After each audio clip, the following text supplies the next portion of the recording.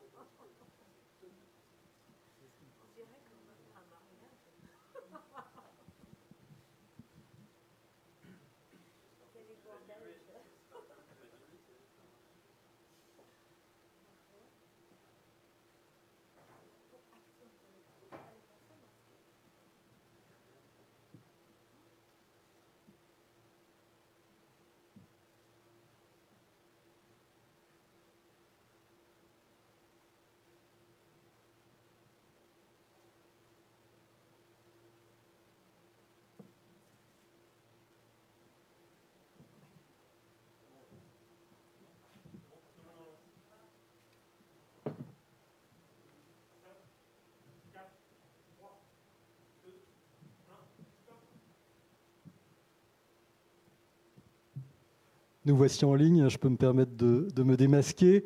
Bonsoir à toutes et à tous, bienvenue à la Miroiterie, un lieu inauguré il y a tout juste un an, témoin de l'activité industrielle et artisanale d'Ivry-Port, qui est un symbole de l'histoire, mais aussi donc un ferment de l'avenir, puisque c'est désormais l'espace de concertation du projet Ivry Confluence, maison du projet, lieu d'incubation pour des activités, puis lieu ressources pour les habitants. On aimerait vous y voir véritablement ce soir, mais je ne vais pas vous faire un dessin, c'était évidemment impossible. D'où cette formule digitale, au doigt et à l'œil, une formule inaugurée avec succès par les mardis du maire et des élus. Bravo à ce propos au service public municipal pour sa mobilisation. Des réunions dans le strict respect des mesures sanitaires.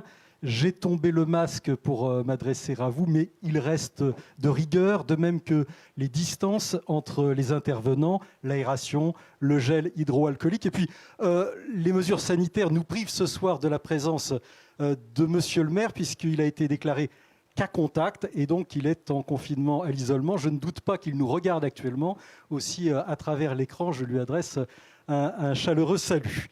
L'important ce soir, c'est de maintenir le lien, de nourrir les échanges, d'avoir un point d'étape avant la présentation au premier trimestre des nouvelles orientations du projet. Alors, comment va se passer cette réunion un peu particulière, cette e-réunion ?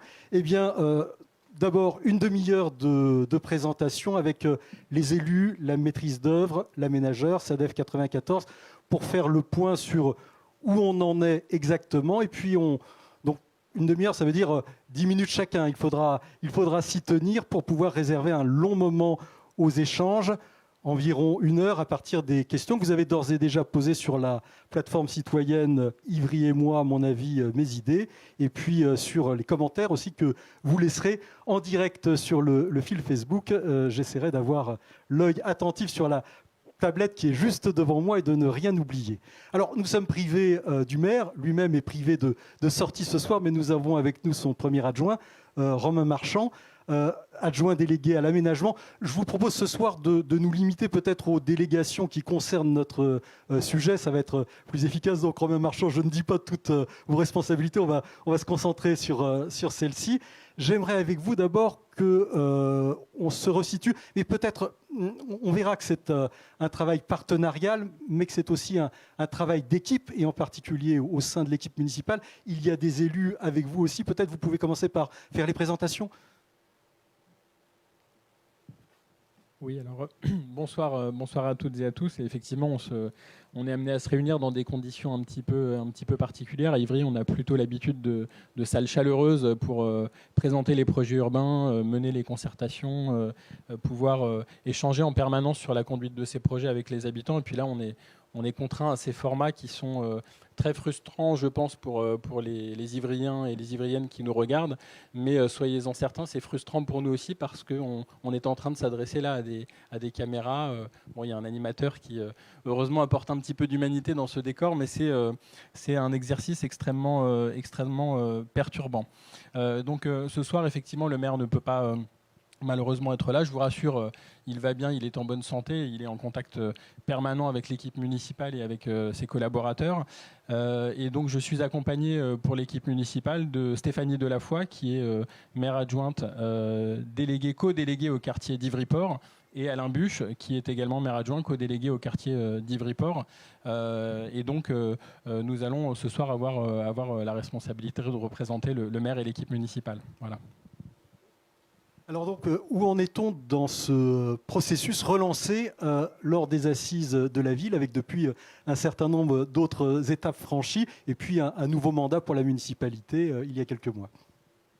Oui, alors c'est vrai que on a coutume de dire dans les dernières réunions qu'on a faites sur Ivry Confluence que tout le processus qu'on a enclenché depuis quelques mois maintenant prend ses racines dans les assises de la ville, effectivement, que nous avons tenues en 2017, un grand moment de démocratie locale, à l'occasion duquel on a pu vérifier, notamment lors d'une réunion publique que beaucoup d'entre nous gardons en mémoire à l'école, au gymnase Rosaline Franklin, une réunion publique qui nous a ébranlé dans un certain nombre de questionnements, des choses qu'on avait déjà entendues dans d'autres réunions, mais avec une intensité beaucoup plus forte, et qui nous a convaincus, avec le maire, avec l'équipe municipale d'alors, et puis avec notre aménageur SADEF 94, que le temps était venu de donner un second souffle à ce projet et de renouveler l'équipe de maîtrise d'œuvre urbaine. Alors c'est un sigle qui n'est pas forcément très parlant pour tout le monde, mais en clair, ce sont les urbanistes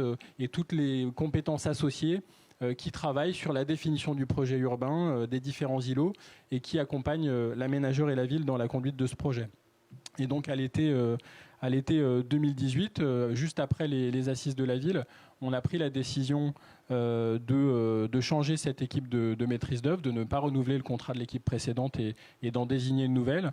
Et on a initié un processus de désignation qui a donné lieu d'ailleurs à une audition citoyenne des 5 équipes qui étaient candidates, qui a eu lieu en février 2019, qui avait rassemblé beaucoup de monde et qui avait été un moment vraiment passionnant.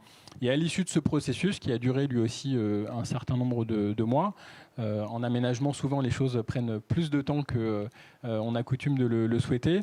C'est l'équipe conduite par UAPS. Je dis conduite par UAPS parce que Anne-Mi présentera tout à l'heure toute son équipe, mais c'est une équipe véritablement pluridisciplinaire dans laquelle l'agence UAPS est un peu le chef de rang, on va dire, ou le mandataire, c'est un peu technique, mais voilà, le capitaine de l'équipe, on peut le dire comme ça.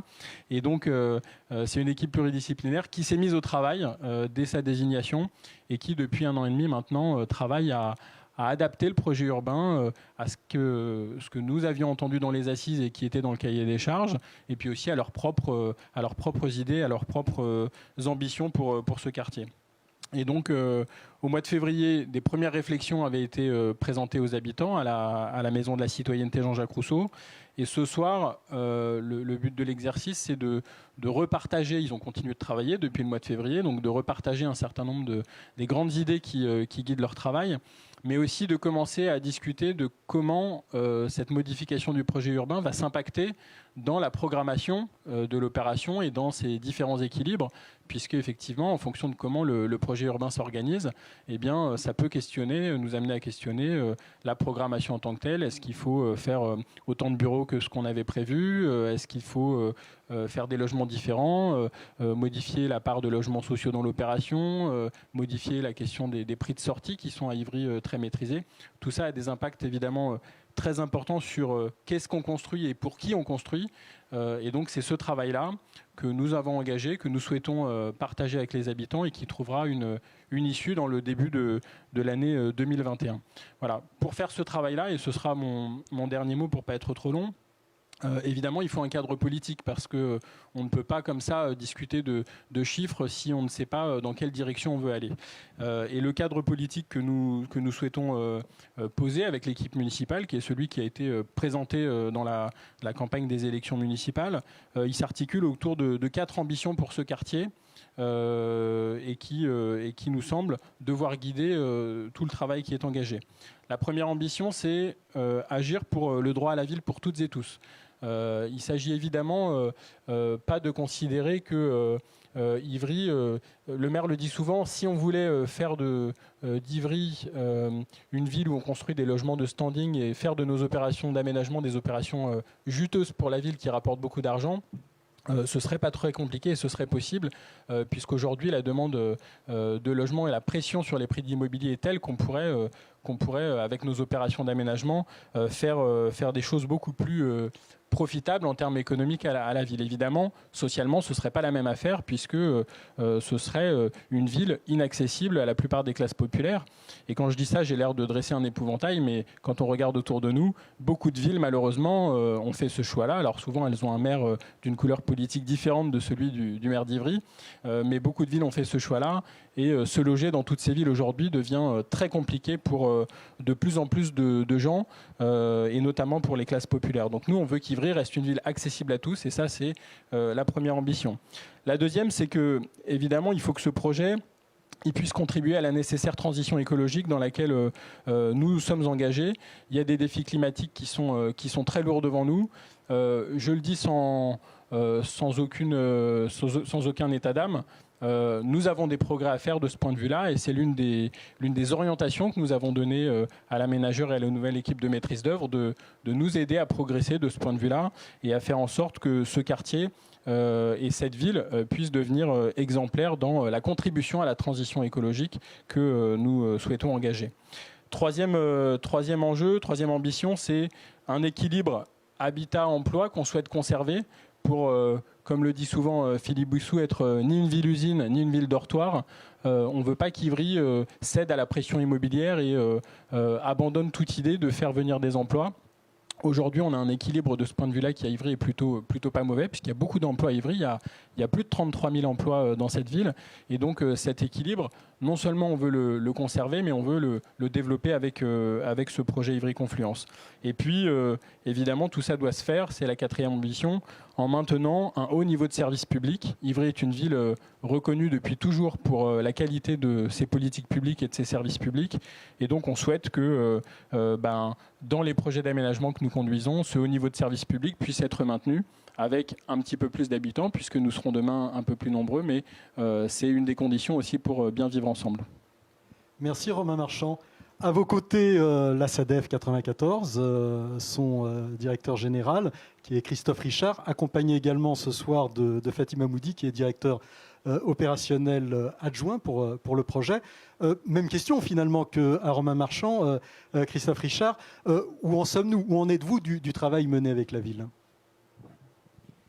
Alors, le boulot de SADEF 94, c'est de faire cette interface, de traduire dans l'opérationnel, de mettre à disposition le foncier pour permettre de développer le projet et les ambitions qu'a rappelé Romain Marchand.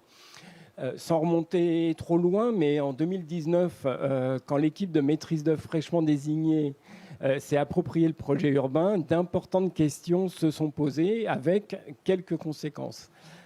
Parmi celles-ci, il nous a été proposé de remettre en cause un certain nombre de projets déjà engagés. De ce point de vue-là, par exemple, ça a été ma première rencontre avec la maîtrise d'œuvre. Je n'avais pas encore rencontré. J'arrivais à SADEV et un jour de jury, on nous a dit non, il ne faut pas désigner ce projet. C'était le 3P1, 3Q pour les experts. Il ne faut surtout pas désigner parce qu'on a d'autres ambitions, d'autres projets. Donc voilà, malgré tout, ça se passe bien avec la maîtrise d'œuvre, mais ça a été un petit peu compliqué.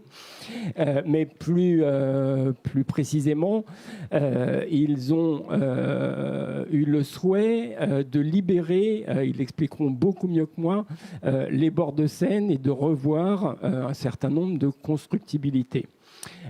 SADEV alors a pris la décision, de concert avec la ville et dans l'intérêt du projet pour permettre à la nouvelle maîtrise d'œuvre urbaine de développer l'ambition qu'elle avait, SADEV a pris la décision de différer un certain nombre de programmes, voire de les repositionner sur d'autres secteurs géographiques. Les logements aux abords de Prud'hon, dont les gabarits ont été revus, la programmation de l'îlot 4E et le repositionnement de projets, je l'évoquais, aux abords du parc sur l'îlot BHV.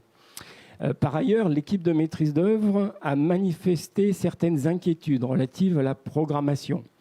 Au-delà de la difficulté à capter suffisamment de mouvements d'entreprise pour remplir la programmation de bureaux qui était envisagée sur les îlots BHV et Gambetta, le caractère par trop sectorisé du projet laissait craindre une fracture urbaine au niveau de ce qu'on peut qualifier de bande centrale au sein du projet, et le risque avec d'un côté le quartier résidentiel en bord de Seine et de l'autre un quartier, un reste isolé par une continuité de bureaux, on va dire, dans la bande centrale qui existait. C'est voilà, sur cette axonométrie-là, tout ce qui figure en rose.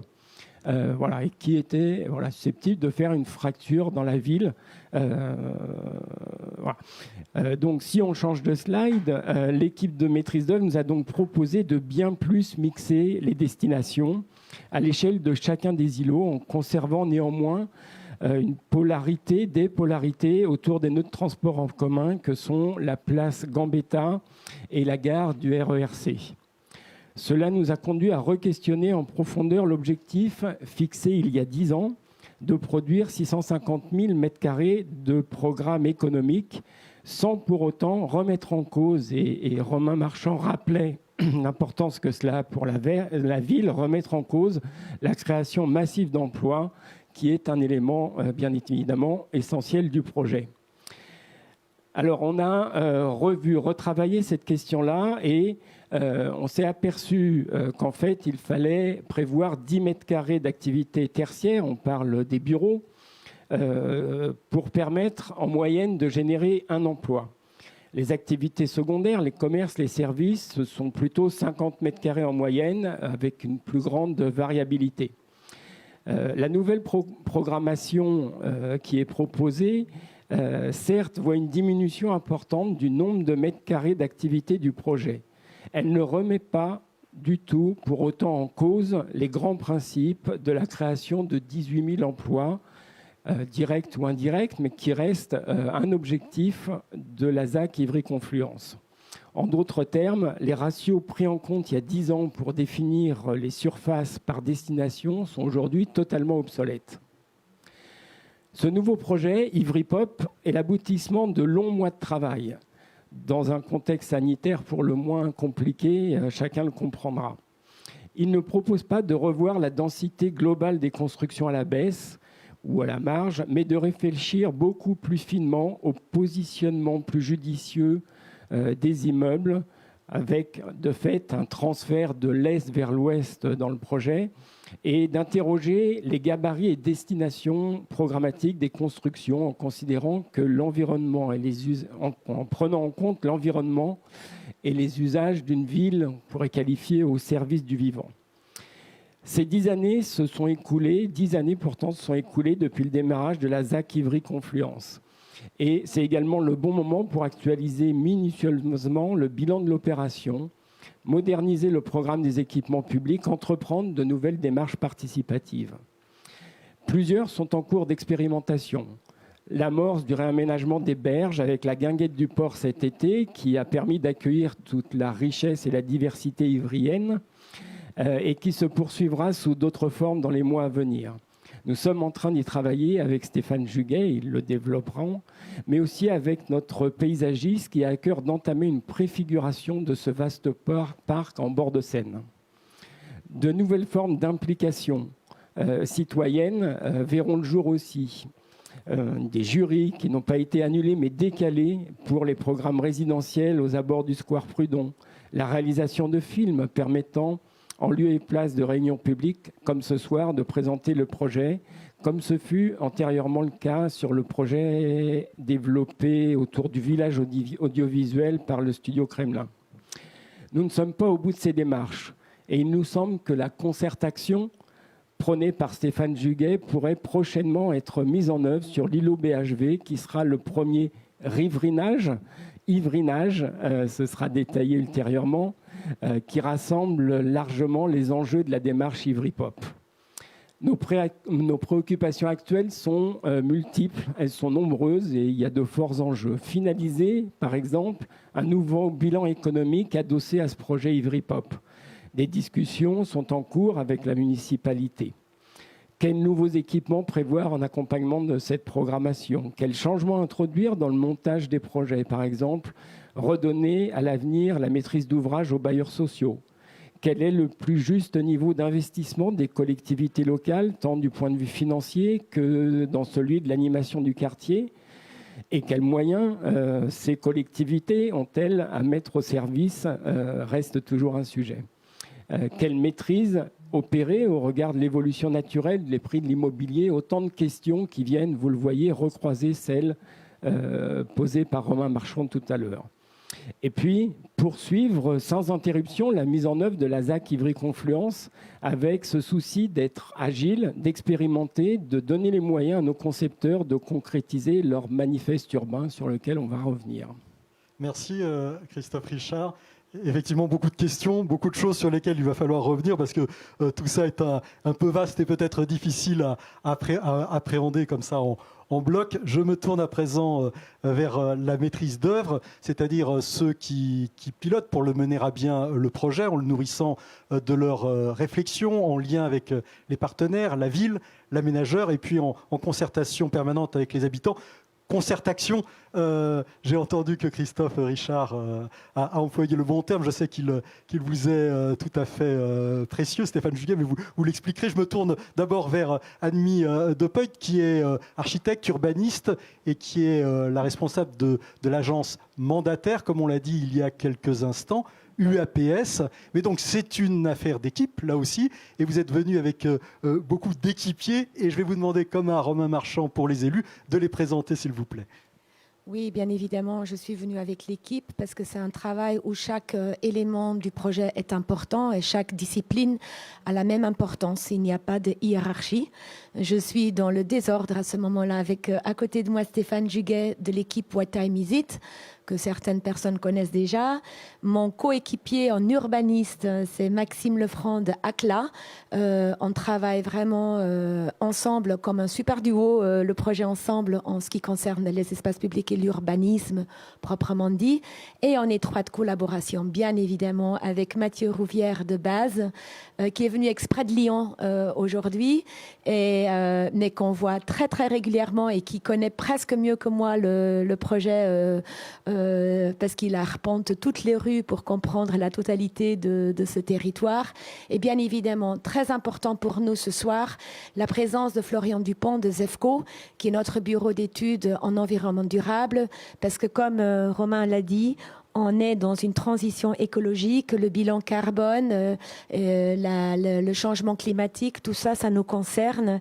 Il faut que ce soit suivi de près et ça va bien évidemment avoir une empreinte sur la stratégie urbaine de Ivry Pop City. Merci. Maintenant, je vous propose de présenter les propositions urbaines que vous aviez exposées en février. Alors, on ne va pas tout reprendre, mais nous donner l'essentiel pour nous rafraîchir la mémoire. Donc, ces nouvelles propositions urbaines qui guident actuellement le projet. Anne-Mie Depeut, je vous laisse avec vos équipiers nous présenter les différentes choses. D'accord. Alors, avec le premier slide, le Ivry Pop City, c'est la stratégie urbaine qui s'est traduite dans un manifeste et qui va être présente avec les pop actions à la miroiterie et accessible à tous dès qu'on le peut. C'est la ville pop, c'est la ville P de paysage, O original parce qu'on n'est pas dans un système urbain comme on pourrait attendre dans certaines ZAC qu'on connaît bien. Et puis le P de productif parce qu'effectivement, on veut que cette ville reste populaire, une ville inclusive, accessible pour tous. Alors, une des premières choses qu'on a fait dans le prochain slide, c'est qu'il fallait peut-être revoir la position de la Seine pour Ivry. Ce projet est davantage un projet pour tout Ivrien. Et l'acte fondamental qu'on a créé, c'est un cas extraordinaire pour une ville près de Paris et avoir accès à la Seine, c'est de dire la Seine, elle est pour toutes. C'est-à-dire une Seine comme un parc comme un grand espace public accessible à tout le monde qui rayonne d'abord à l'échelle d'Ivry, à l'échelle du quartier et bien évidemment va aussi rayonner à l'échelle métropolitaine. Mais Mathieu qui va en dire plus. Je te laisse la parole. Merci Anne-Mie. Peut-être qu'on peut passer donc à l'image d'après pour en effet comprendre ce système de Seine aujourd'hui qui est presque un canal lui-même industriel dans ce territoire industriel très coupé de la ville d'Ivry, de son quartier d'Ivry-Port par ces grands événements industriels, par ce système viaire très présent, pardon. Et donc là-dessus, on se re-questionne sur son identité et sur sa place avec, donc on le voit sur l'image d'après, sur la question de ce parc qu'on souhaite poser ici, qui affirme vraiment une situation géographique et paysagère unique, même en Ile-de-France, avec cette vision d'une confluence située en plus sur un territoire, sur un coude de la Seine, sur un territoire convexe, qui offre vraiment cet horizon du grand paysage tout à fait remarquable, où on peut donc comprendre l'ancrage territorial de ce parc et son accroche à la ville derrière pour créer ici un véritable poumon vert, un véritable espace de respiration et de fraîcheur pour la ville. Ce parc participe aussi à la mise en valeur et à l'activation de tout ce patrimoine industriel ou faubourien qui le ponctue. On voit ici l'usine CPCU qu'on connaît très bien avec sa cheminée, le Saint-Raphaël, les usines élévatoires, tout ça participe amplement au projet du parc. Ensuite, il y a la question d'un parc comme un lieu de détente qui est l'image d'après, où pour le coup, on se questionne vraiment sur l'usage d'un parc urbain qui vient vraiment faire le relais du parc des Cormailles ici à Ivry-Port, avec toute cette opportunité de grands espaces libres, de grands espaces ouverts aux usages, aux programmations. On a la volonté peut-être d'installer des grands espaces libres ouverts à la population spontanée, ouverts à des équipements sportifs très programmés. Tout ça devient du coup un lieu des possibles. C'est là aussi où on est ici avec vous aujourd'hui, c'est pour construire tous ces possibles entre ces espaces vides, ces espaces libres et ces espaces très programmés qu'il faut vraiment qu'on arrive à définir ensemble sur des programmations sportives, ludiques, biodiversité. Tout ça, ce sont des choses à calibrer dans ce vaste parc de Seine. Et puis ce lieu des possibles, c'est aussi la question donc, sur l'image d'après du coup, excusez-moi, voilà, sur l'appropriation de ces espaces libres, peut-être sur l'événementiel, sur l'occupation temporaire. On a vu cet été en effet avec la guinguette une première dimension de ce que peut devenir ces espaces capables du parc. Et puis en dernier lieu sur l'image d'après, on a bien sûr ce parc comme lieu de promenade. C'est un espace qui se promène, qui se déambule, qui s'adresse aussi forcément beaucoup au quartier d'Ivry-Port par ces cheminements transverses est-ouest qui viennent raccrocher la Seine et le parc au quartier par toutes ces allées de Seine qui ponctuent le quartier. On le verra après. Et puis surtout par la présence de cette bande active qui est la flèche un peu plus grande, un peu plus épaisse, qui est donc à l'articulation plutôt en arrière du parc. La volonté étant aujourd'hui de libérer plutôt le front de parc, peut-être contrairement à ce qu'on pourrait faire un peu classiquement sur d'autres territoires, libérer le front de parc pour au contraire avoir des espaces d'appropriation, des espaces de contemplation et plutôt des espaces actifs, mobilité, programmation, plutôt donc en arrière du parc. Et puis on le verra peut-être sur un temps beaucoup plus long aussi proposer des parcours en bas, sur les berges, vraiment au contact direct de l'eau. Donc voilà un peu pour dresser ce premier portrait du parc.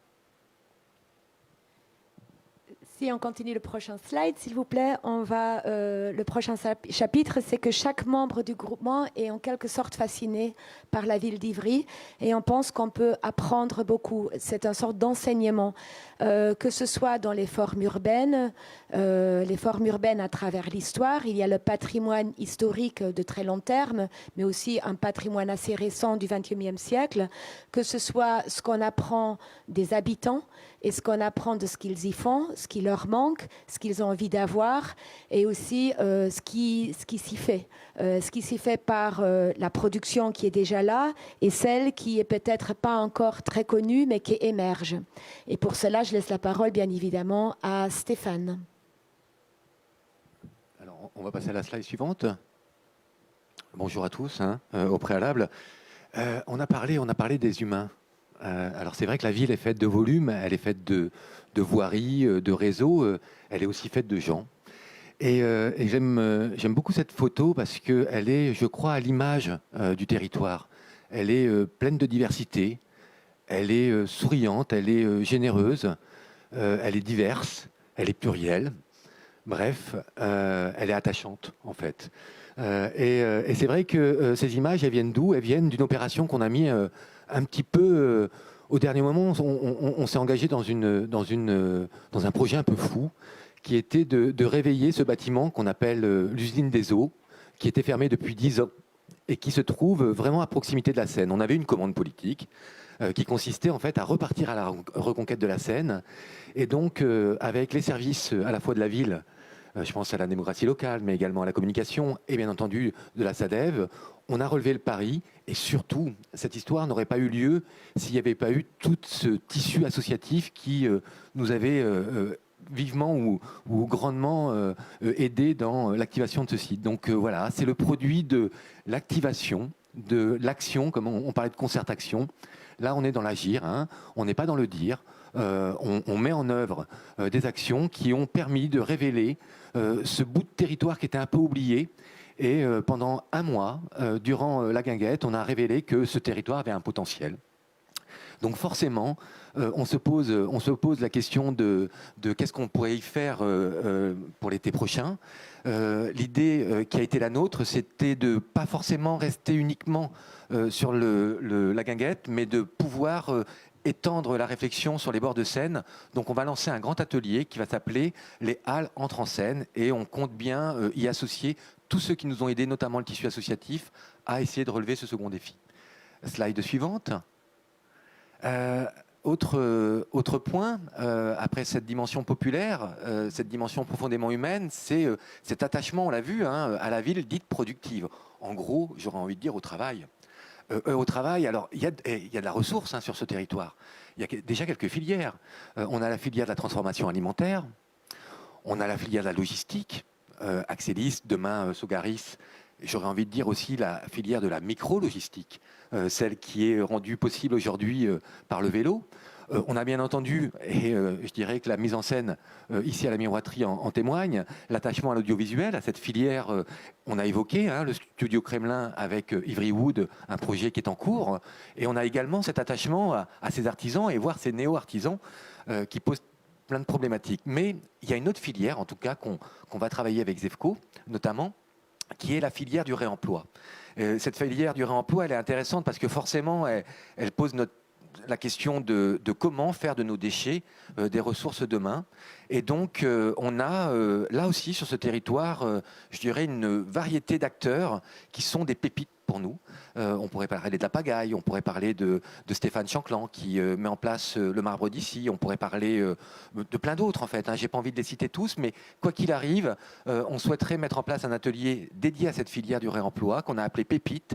Et l'enjeu, c'est de repérer justement toutes ces pépites sur ce territoire, de les relier pour essayer de les mettre en cohérence à travers cette notion de filon. Et on part du principe que ces filons sont certainement peut-être l'occasion d'imaginer les filières de demain. Merci Stéphane Juguet. Annie Depoit. Florian va continuer dans la même lignée. Alors on va Rapidement. passer à la slide suivante.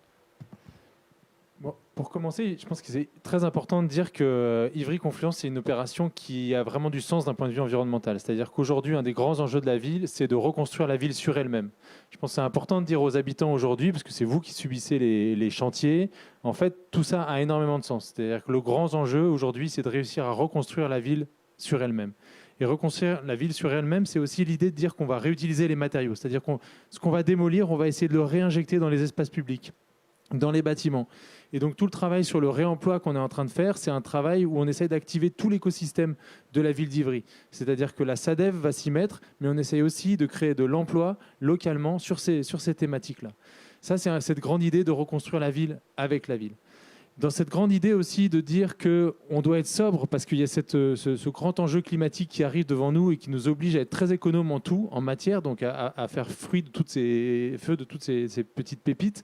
Il y a l'idée aussi de changer les habitudes, les modes de consommer. Et un des points auxquels on croit beaucoup, c'est la question de la mobilité. On l'a dit tout à l'heure, on veut que les gens puissent continuer à travailler et habiter à Ivry pour ne plus avoir besoin de trop se déplacer.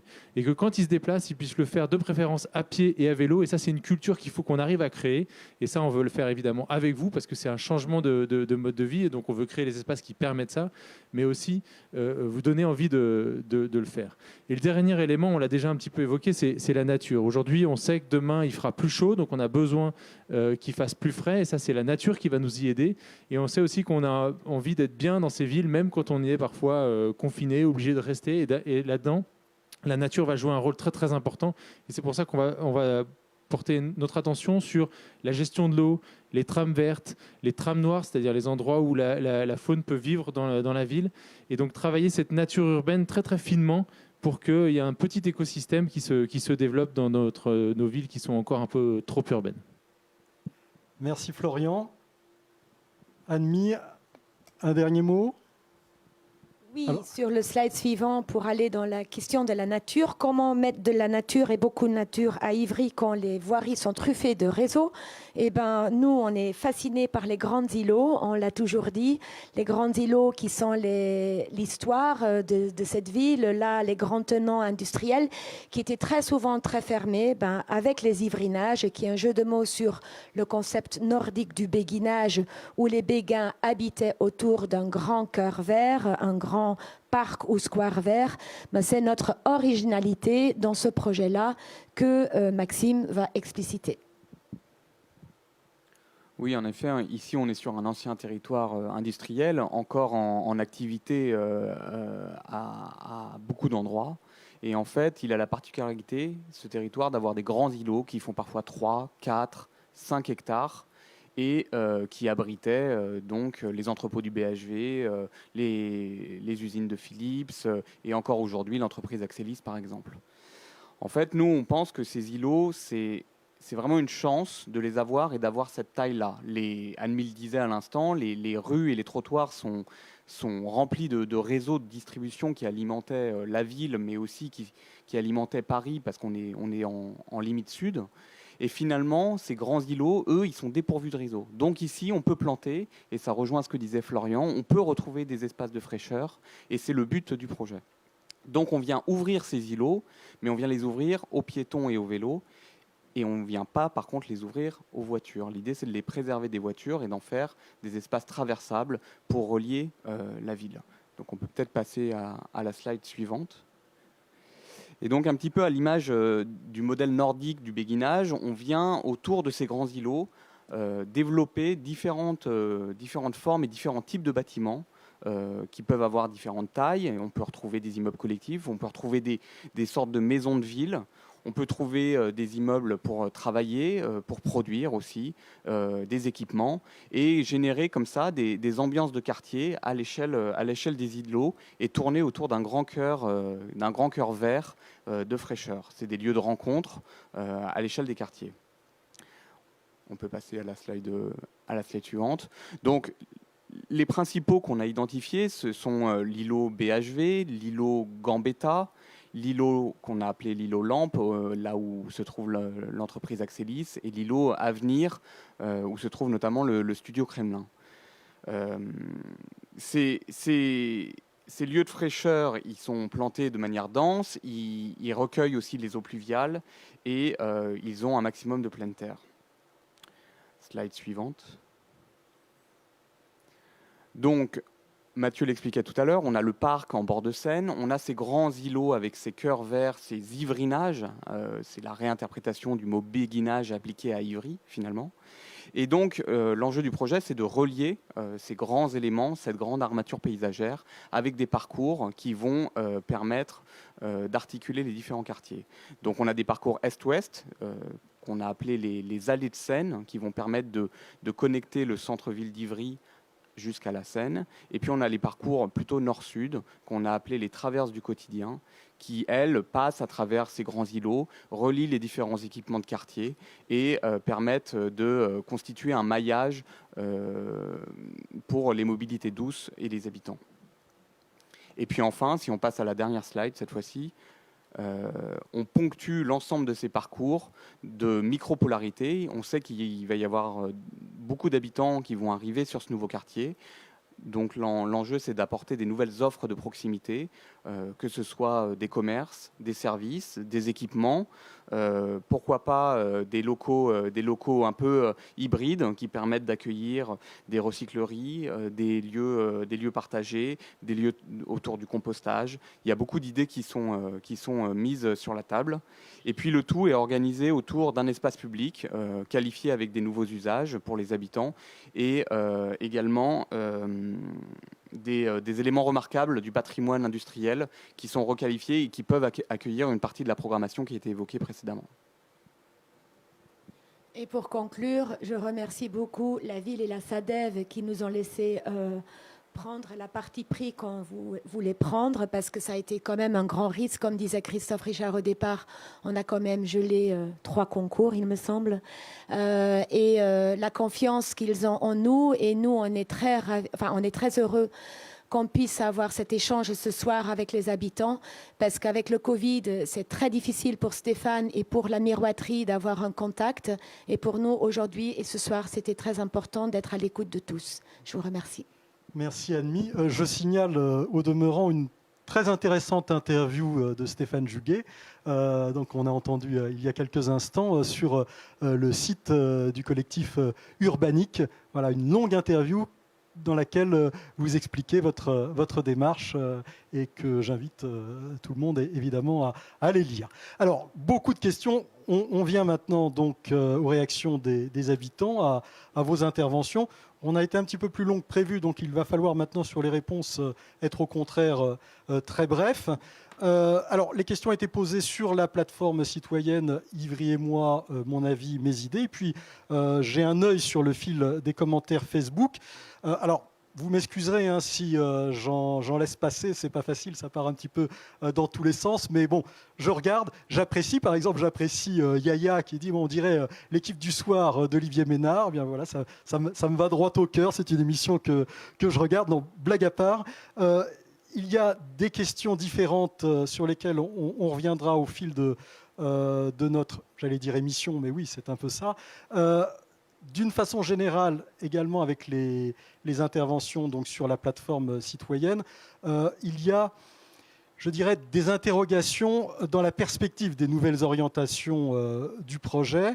Alors, vous nous avez donné déjà quelques éléments, mais les internautes s'interrogent, certains s'inquiètent aussi. Et pour les 3 parties prenantes, je vais avoir une question à laquelle je vais vous demander de répondre assez rapidement. Les internautes se demandent, par exemple, Romain Marchand, nouvelles orientations, est-ce que ça veut dire qu'il va falloir en rabattre en termes d'ambition ? Et c'est ce qui me permet aussi de citer Ossine, qui n'a pas bien repéré les quatre ambitions de la ville. Donc, s'il vous plaît, est-ce que vous pourriez les redonner ? Et je voulais aussi citer Valène à ce propos, qui nous disait droit à la ville pour tous et pour toutes, la transition écologique, l'équilibre habitat-emploi et le maintien d'un haut niveau de service public. Donc, qui a résumé finalement votre intervention. Mais en quelques mots, déjà, est-ce que la ville va devoir en rabattre dans ses ambitions avec ces nouvelles orientations ? En fait, c'est exactement tout l'inverse. C'est-à-dire que nous, ce que nous avons fait finalement avec cette démarche, c'est entendre un certain nombre de critiques légitimes qui étaient faites sur le projet. Et on le dit depuis longtemps, un projet urbain... notamment dans le cadre d'un projet comme Ivry-Confluence qui s'étale aussi longtemps dans le temps, ne peut pas être figé une fois pour toutes en 2010 pour 10 ou 20 ans. Et donc, il est normal de le réinterroger. Et il est encore plus normal de le réinterroger quand on a été, comme on l'a dit, interpellé comme on l'a été par les habitants. Et donc, finalement, ce travail de réorientation, il ne se fait pas en partant d'une feuille blanche, parce que dans les critiques que nous avons entendues, nous n'avons pas entendu de remise en cause de ces grandes orientations politiques que j'ai déclinées tout à l'heure et qui ont été parfaitement résumées par cet internaute. Mais par contre, dans la manière dont nous l'avons mis en œuvre, dans la temporalité peut-être du développement de certaines choses, je pense aux équipements ou aux espaces publics, dans un certain nombre de partis pris urbains, il nous a semblé qu'il y avait effectivement des choses à réinterroger. Et donc c'est tout le sens de la désignation de cette nouvelle maîtrise d'œuvre et de ce nouveau travail. Mais c'est pas en rabattre sur les ambitions, c'est au contraire retrouver le sens des ambitions d'origine de ce projet qu'au fil des années, sans doute on avait un petit peu perdu. Et de la même façon, Anne-Mie, vous n'êtes pas un peu entre le marteau et l'enclume, entre finalement les ambitions d'un côté et puis les réalités économiques de l'autre ? Pas du tout. Non, on reste ambitieux. Notre projet est très réaliste et il va être très flexible. Ce qu'il faut qu'on sache, c'est qu'aujourd'hui, la ville, elle bouge vite. La vie, notre pratique urbaine, il bouge assez rapidement. Et on s'est tout dit entre nous, tout le monde, on sait qu'on doit être flexible. Le projet, il a des invariants et des variables. Et c'est comme ça qu'on le voit. Et puis, justement, dans la co-construction avec les habitants, on a beaucoup de place. Le fait qu'on ait tous ces espaces publics, le fait qu'on peut parler du parc, avoir des zones qui peuvent être des prototypes des usages et des pratiques urbaines innovantes. La question au niveau des ivrinages, les programmations, qu'est-ce que c'est le cœur d'un îlot, qu'est-ce qu'on attend, qu'est-ce que les gens qui habitent autour d'abord, qu'est-ce qu'eux ils attendent, parce que c'est pas des choses qui sont uniquement pour ceux qui arrivent, mais c'est pour ceux qui sont déjà là. On est très ouvert à ça et je pense que ces ambitions-là, je vois pas de limite et comme je disais en introduction, c'est en parfaite corrélation avec ce qu'on se dit à la ville et avec la SADEV. Très bien, la SADEV justement. Donc il y aura une présentation des nouvelles orientations du projet sans doute au premier trimestre 2021. Est-ce que vous pourriez nous dire en termes de programme, de reprogrammation, quelles vont être les étapes ? Quelles sont les étapes ? Fatima Moudi peut-être ? Oui, bonsoir à toutes et à tous. Donc actuellement on est en discussion avec les services de la ville sur cette reprogrammation, parce qu'on a vu que les ambitions, en tout cas la vision, le parti pris de la maîtrise d'œuvre a réinterrogé beaucoup d'éléments sur la programmation qui nous amène à une réorganisation spatiale du projet. On redistribue un petit peu les différentes fonctions urbaines qui sont l'habitat, le développement économique à travers le bureau et les bâtiments d'activité. On a vu sur les différentes slides qu'on va plus vers une mixité des fonctions. Et ça réinterroge tout simplement les équilibres équilibre financier de l'opération entre les recettes et les dépenses, parce qu'on doit toujours adosser à des propositions la question de la faisabilité économique d'un scénario de programmation urbaine. Et donc ces questions-là sont en pleine réflexion avec les services de la ville pour pouvoir justement aboutir à des arbitrages en fait, qui pourront se faire, comme vous le disiez, au premier trimestre 2021. Merci. À propos de ce que vous avez dit tous les trois, il y a une inquiétude qui revient souvent, qui est très partagée, c'est le rapport entre l'afflux de population et le niveau d'équipement public. Une inquiétude que la question de Christophe résume bien, je vais la lire, elle a été posée donc sur la plateforme citoyenne. De nombreux logements sont en construction sur le quartier.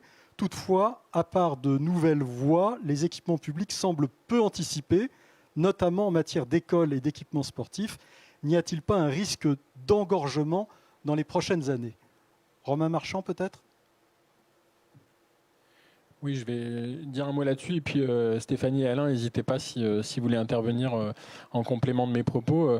Un projet d'aménagement, une ZAC, comme on dit, c'est justement fait pour faire coïncider la production de logements et d'activités économiques faire coïncider plutôt ce que ça génère comme besoin avec les équipements qui vont être produits, les espaces publics, les équipements publics, pour qu'on puisse répondre aux besoins qui sont générés par ces nouvelles populations qui arrivent.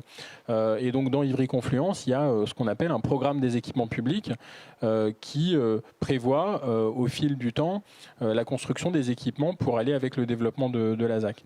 Et donc par exemple, pour prendre uniquement la question scolaire, il y a trois groupes scolaires qui sont prévus. Donc il y en a déjà un qui a été réalisé, un deuxième qui est en chantier, 4 me fait signe parce que dans les derniers ajustements, en effet, il y a des petites évolutions. Un deuxième qui est déjà en chantier dans la rue Galilée. Et puis donc il y aura encore des projets à travailler pour la suite. Il est vrai, et c'est peut-être le sentiment d'un certain nombre d'habitants du quartier vient de là, il est vrai, il faut le reconnaître, qu'on a été surpris par la vitesse à laquelle l'école Rosaline Franklin, qui est donc la première école livrée sur le quartier, s'est remplie. Il faut savoir que quand on fait ce travail-là, nous on se base sur notre expérience du taux de remplissage des écoles au fur et à mesure des livraisons. On a les services municipaux qui suivent de près ce qu'on appelle la démographie scolaire. Combien est-ce qu'il faut prévoir de classes au regard d'un certain nombre de logements qui se construisent. Et à peu près partout dans la ville, cette démographie scolaire, elle est suivie plutôt de bonne façon. Et c'est vrai que sur Rosaline Franklin, on a été surpris par la vitesse à laquelle cette école s'est remplie, sans doute en raison du fait que les familles qui sont venues s'installer étaient plus qu'ailleurs des familles avec de jeunes enfants. Et donc sans doute, ça a entraîné le fait que l'école s'est remplie beaucoup plus rapidement que prévu. Et donc ça nous a amené à devoir déclencher de façon accélérée et plus vite que ça n'était prévu la réalisation du deuxième groupe scolaire. Donc on s'est fait avoir une fois. On sera plus vigilant sur les prochains. Mais je veux rassurer tout le monde, les équipements publics sont bien prévus. Une crèche a déjà été réalisée, un gymnase associé au groupe scolaire. Il y aura également un gymnase avec le deuxième groupe scolaire qui sera un gymnase de taille plus conséquente de celui-là que le gymnase de Rosaline Franklin. Il y a des équipements de quartier aussi qui sont en programmation. Bref, tout est bien prévu pour que, je le disais tout à l'heure, on est dans ce quartier un niveau de services et d'équipements publics qui soit équivalent à ce qu'il y a dans le reste de la ville. Ce qu'il ne faut pas sous-estimer, et je termine d'un mot là-dessus, c'est qu'on part de presque rien. C'est-à-dire qu'on est dans un quartier de la ville dans lequel il y avait quelques secteurs habités, notamment autour de la place de l'Insurrection et du boulevard de Brandebourg, en allant plus vers Paul Vaillant-Couturier et les Fauconnières, mais dans toute la partie sud du quartier, on avait vraiment très très peu d'habitants et aucun équipement public. Et donc ce projet est en train d'amener des équipements publics là où il n'y en avait pas. Et c'est vrai que quand on part de zéro, la marche est toujours plus importante à franchir que quand il s'agit de développer un existant qui est déjà là. Merci Romain Marchand. Il y a beaucoup de questions sur la transition écologique et les espaces verts. Alors je vais vous les livrer un peu à la file et puis vous allez vous les répartir de façon à ce qu'on réponde à toutes les questions, mais que tout le monde ne répond pas à toutes les questions, sinon on va pas s'en sortir. Le temps va nous manquer. Donc transition écologique à laquelle Valérie est très attachée, mais il y a dans ce projet du béton partout, regrette Romy, tandis que Anne s'interroge sur la surface d'espace vert, Bernard sur la surface précisément du parc de la Confluence. Et puis Bernard également pose une question très précise que je vous livre. Il faut que je la lise parce que je risque de me tromper. Mais Bernard demande, avez-vous des échanges avec la ville de Paris, qui est un propriétaire foncier important, et avec la région, qui pourrait aider au financement des espaces verts. Elle l'a fait il y a 15 ans pour Saint-Ouen. Enfin, quid du pont au câble? Bravo pour votre travail, dit-il. Bon, voilà, j'étais dans la foulée de la question. Donc voilà, j'en oublie certainement. Il y a évidemment des questions sur le square Prudon aussi, hein, auxquelles il faut répondre. Donc Florian, voilà, transition écologique, c'est l'affaire de ZEFCO. La question sur le béton, elle est légitime, mais je pense que ce qu'il faut vraiment bien comprendre, c'est que le travail qui a été fait depuis 1 an et demi, il vise justement à maximiser ce qu'on appelle le plein sol, c'est-à-dire les endroits où on a de l'eau qui peut tomber dans un sol, qui peut aller profond, dans lesquels il peut y avoir des racines, et pour permettre à la végétation de s'installer. Et ça, c'est un travail qui paraît simple sur le papier, mais qui, dans l'équation économique et on va dire d'une ZAC et l'équation du sol, où, comme on l'a dit tout à l'heure, il y a beaucoup de réseaux, il y a beaucoup de sols pollués, c'est pas aussi évident. Et donc, en fait, le travail sur les ivrinages, il vient de là. C'est-à-dire de l'idée de se dire il faut qu'on ait des grandes emprises de plein sol pour permettre à une vraie végétation de pousser. Donc, je pense que Mathieu va pouvoir vous parler un petit peu plus en détail de comment ça se concrétise en termes de paysage. Oui, en effet, pour appuyer ce que tu viens de dire, il y a vraiment ce rapport et cette combinaison entre le sol, les végétaux et l'eau qui sont indispensables en fait, à créer ces espaces de fraîcheur et à retrouver ces espaces de biodiversité qu'on va essayer de recréer ici. Et l'ivrinage est vraiment, et ce qu'avait dit Maxime tout à l'heure, c'est vraiment cette ressource en fait, possible pour créer ça. Le parc est aussi forcément un relais. Alors la question était la surface. Aujourd'hui, les choses ne sont pas encore calées. Il faut encore qu'on arrive à avancer là-dessus sur des limites. On est plutôt entre 10 et 12 hectares, mais les choses ne sont vraiment pas du tout affinées. Mais voilà, en tout cas, comme on l'a dit, la volonté, c'est vraiment de retrouver dans les ivrinages, dans les lots privés, dans le parc, au maximum ce rapport de pleine terre qui est vraiment ça l'argument numéro 1. Je vous interromps à ce propos, ou c'est plutôt Anne qui vous interrompt. À propos du parc, il semble très mité par des habitations, bâtiments de bureaux. Qu'en est-il exactement ? Alors, le parc, on s'est en effet, comme on l'a soulevé au début, on s'est battu pour le libérer sur le front de Seine. Donc, c'était d'abord un bras de fer assez important pour vraiment libérer ça. En effet, la limite du cours entre le cours et le parc est bâtie d'îlots dans la continuité des bâtiments du monde qui sont aujourd'hui en travaux. Mais pour nous, cette entité urbaine-là fait partie intégrante du parc pour les rapports qu'elle va entretenir avec lui, par rapport à ses rez-de-chaussée, par rapport à sa programmation et par rapport à ses gabarits aussi d'espace public qui vont le traverser. Quelle surface le parc, concrètement, on a une épaisseur de 100 jusqu'à 200 mètres au niveau du parc. C'est pas rien. C'est là où on a arrêté les opérations en cours pour ne plus construire jusqu'au bord des berges, mais juste de se reculer. Et quand on est au niveau du CPCU, on est à 200 mètres d'épaisseur de parc. Et le parc, il fait 12 hectares. Voilà, à peu près 12 hectares. Stéphane Juguet. Moi, sur la question de la transition, je ne voudrais pas non plus se laisser enfermer par la transition écologique. Je pense que la transition, elle est globale. Elle se conjugue au pluriel. Et les chocs auxquels on va être confrontés vont être violents. La transition, elle doit être économique, elle doit être sociale, elle doit être politique, démocratique, écologique, énergétique. Et je pense que c'est tout l'enjeu, il est là en fait. C'est comment, ici, à Ivry-Confluence, on prend en considération l'ensemble de ces dimensions pour véritablement être résilient. Donc il ne faudrait pas séparer les choses et il faudrait vraiment avoir une vision écosystémique pour apprendre les choses. Ce qui est fait, en tout cas, en l'occurrence, dans la conscience du groupement, je crois. Le square Prudon. La question, c'est où on en est. Ça fonctionne toujours, ça vaut la peine de taper dessus. Super. Non, sur le square Prudon, les travaux sont finis. On est juste aujourd'hui bloqué techniquement par un raccordement à l'eau de ville, en fait, avec Veolia, qui permet de finaliser tout ce qui va être raccordé pour l'arrosage automatique. Donc c'est une question de quelques semaines. Voilà. Merci. Il y avait une question sur le travail avec la ville de Paris, la région, éventuellement, pour financer des espaces verts. Alors oui, la ville de Paris est un grand propriétaire foncier à Ivry, et pas seulement sur le secteur d'Ivry-Confluence, mais un peu partout dans la ville. C'est notre héritage de passé servant, de territoire servant de la capitale, où pendant des décennies, on a sorti de Paris toutes les fonctions qui n'étaient pas souhaitables pour les installer en banlieue. Donc on pense évidemment à l'usine du chauffage urbain qui est sur le site du parc, mais on pense aussi à l'usine du Sictom.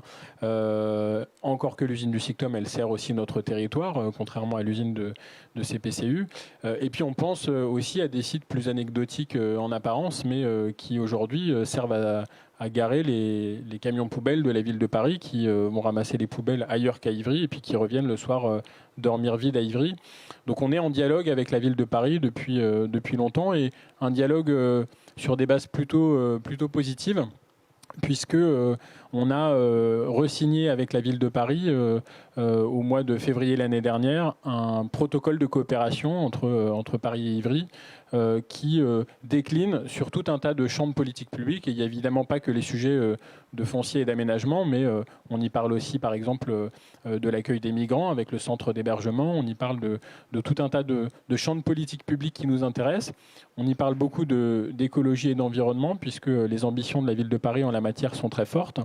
Et du coup, on s'est retrouvés, pour donner un exemple dans ce protocole, dans l'idée qu'il fallait que le terrain d'assiette du parc de la Confluence, sur lequel aujourd'hui il y a l'usine CPCU, qui est délégataire de la ville de Paris pour le chauffage urbain, pour que ce foncier puisse bénéficier, être remis gratuitement à la ville, de façon à faciliter son aménagement. Donc ce ne serait pas des subventions sonnantes et trébuchantes, mais ce serait une contribution financière non négligeable à la création d'un vrai poumon vert en bord de Seine qui bénéficierait à la population ivrienne, mais qui pourrait aussi bénéficier à beaucoup d'autres habitants autour d'Ivry. Donc on est en dialogue plutôt positif avec la ville de Paris. Après, le dialogue, c'est toujours aussi un petit peu du rapport de force, parce qu'il y a des intérêts qui sont en jeu. Mais ça, soyez certains qu'on est mobilisé pour tenir ce rapport de force. Merci Romain Marchand. À propos du parc, je vous fais partager la remarque d'un élu à l'isolement ce soir comme monsieur le maire, puisqu'il est qu'à contact, c'est Clément Péqueux qui devait être avec nous, et qui précise, bonsoir, la configuration globale du parc et la programmation des équipements qui lui seront liés ne sont pas arrêtés. C'est tout l'objet du travail de préfiguration et de co-construction citoyenne présenté précédemment. Plusieurs questions sur le collège. Le collège Assia Djebar. Je crois que c'est important de le nommer. On l'oublie quelquefois. Assia Djebar est une auteure très importante, la première auteure du Maghreb à être entrée à l'Académie française. Il faut lui rendre justice et ne pas oublier de nommer le collège avec son nom. Donc, à ce propos, Magali se demande où on en est, donc évidemment, de ce dossier. La dépollution, qui va payer ? Pas de communication, regrette un autre internaute. Ce collège ouvrira-t-il un jour ? Alors je crois que monsieur le maire en a parlé dans un récent mardi du maire et des élus. Peut-être qu'on peut avoir sur ce sujet le point de vue de la SALEF, qui est au premier rang dans ce dossier. Christophe Richard. Alors, le collège, c'est une affaire qui est effectivement bien compliquée. Ceci dit, c'est une affaire qui avance. D'ici quelques jours, quelques semaines tout au plus, on aura fini de retirer tout ce qui a été repéré comme traces et comme pollution. Voilà. Partant de là, ça laissera une année pour évaluer, continuer de faire des mesures en continu sur est-ce qu'il y a toujours des émanations, est-ce qu'il y a toujours une pollution qui remonte et qui poserait problème dans l'exploitation du collège. Voilà, ça, c'est la situation dans laquelle on est à date. Voilà, d'ici la fin de l'année, peut-être les 15 premiers jours de janvier, l'ensemble des pollutions repérées seront retirées. Et derrière s'ouvre cette période d'une année d'observation avec des mesures en continu et un nombre de mesures extrêmement importantes pour bien s'assurer qu'il n'y a plus de pollution résiduelle. Dès lors qu'on commencera à en être sûr, et ça c'est quelque chose qui est bien évidemment contrôlé par des organismes d'État, par de nombreux bureaux d'études, dès lors qu'on en sera assuré, les travaux dans un premier temps de comblement, puisqu'il a fallu aller rechercher des traces de pollution qui étaient sous une partie du collège, des travaux de remise en état, on va dire, commenceront. Alors, on ne voit rien se passer. Ben non, il faut avoir les yeux dessus parce qu'aujourd'hui, c'est quelques personnes qui interviennent, c'est quelques machines en nombre pas tellement important. On est dans du travail quasiment à la petite cuillère pour retirer tout ça parce que c'est compliqué d'aller rechercher ces quelques traces qui restent encore de pollution. Voilà où on en est. On n'a pas communiqué plus que ça parce que le travail est en cours. Alors le travail a par ailleurs été assez fortement perturbé par les questions de confinement, par tout ça. Mais voilà où on en est. Et donc, si tout se passe normalement, dirais-je, et en assumant la responsabilité qui incombe à SADEV et aux entreprises qui ont travaillé pour elle, le collège pourrait ouvrir pas à la rentrée prochaine, mais à la rentrée d'après, le temps de bien s'assurer que tout est normal. Je précise enfin que de toute façon, il y aura des mesures permanentes qui continueront, je ne sais pas pour combien d'années, mais on s'assurera en permanence que cette pollution ne réapparaît pas, même si on en aura la certitude au moment où le collège sera ouvert. Stéphanie de la Foi. Bonsoir à tout le monde. Oui, je tenais à préciser qu'effectivement, c'est quelque chose qui nous tient à cœur au niveau de la municipalité et encore plus Alain Buch et moi-même qui sommes co-délégués, élus de quartier co-délégués. Et effectivement, il y a un calendrier qui est en place et on sera très, très attentif à ce que les choses avancent comme elles doivent et surtout à ce qu'on ait une idée très précise de ce qui va être mis en place aux différentes périodes et suivant les tests qui doivent être faits. Et on réfléchit aussi à une solution, on réfléchit déjà à une solution alternative. Nous, notre désir le plus impérieux est bien sûr que le collège ouvre dès la rentrée 2022, c'est ça, donc 2022, mais que les Ivriens, enfin les habitants d'Ivry-Port soient rassurés. Nous avons bien en tête que l'apport de population va nous obliger en termes de réponse au niveau d'un collège. Donc, je ne sais pas si ça répond à la question de Magali, je crois. En tout cas, en tant que maman, sachez Magali que maman de collégien, ça m'importe aussi. Voilà. Romain Marchand, vous vouliez ajouter quelque chose ? Oui, deux petits mots. Le premier, c'est parce qu'il y a une question à laquelle il n'a pas été répondu. Je crois que dans la question, il y avait qui va payer. C'est évidemment une question à laquelle on ne peut pas répondre aujourd'hui parce que dans tout ce qu'a décrit Christophe Richard, il y a aussi des expertises juridiques et des batailles judiciaires à venir qui sont en cours et qui détermineront qui est responsable de cette pollution et qui doit payer. Il y a en principe dans ce pays un principe pollueur-payeur. Il est évident que ce n'est pas la ville d'Ivry qui a installé ces poches de mercure dans les sous-sols. Et j'en profite pour dire, puisqu'on parlait tout à l'heure de transition écologique, et c'est souvent quelque chose qui est passé un petit peu à l'oubli, c'est que tout le travail que nous faisons avec la SADEV de dépollution de ces sols, qui sont des sols pollués pas par la magie du Saint-Esprit, elles sont polluées parce que ces sols sont pollués parce que on a accueilli pendant des décennies toutes les industries, je le disais tout à l'heure, dont la ville de Paris ne voulait pas, qui ont servi à faire fonctionner la métropole, qui ont servi à à développer l'économie du pays. Et aujourd'hui, nous nous retrouvons dans nos projets d'aménagement, mais ce qui est vrai sur Ivry-Confluence, partout dans la ville, vous ne trouvez pas à Ivry un seul terrain dans lequel il n'y ait pas de la pollution, alors plus ou moins importante, pas toujours aussi forte que celle qu'on a rencontrée là, mais qui renchérissent de beaucoup le coût des constructions, que ce soit des logements, que ce soit des équipements publics.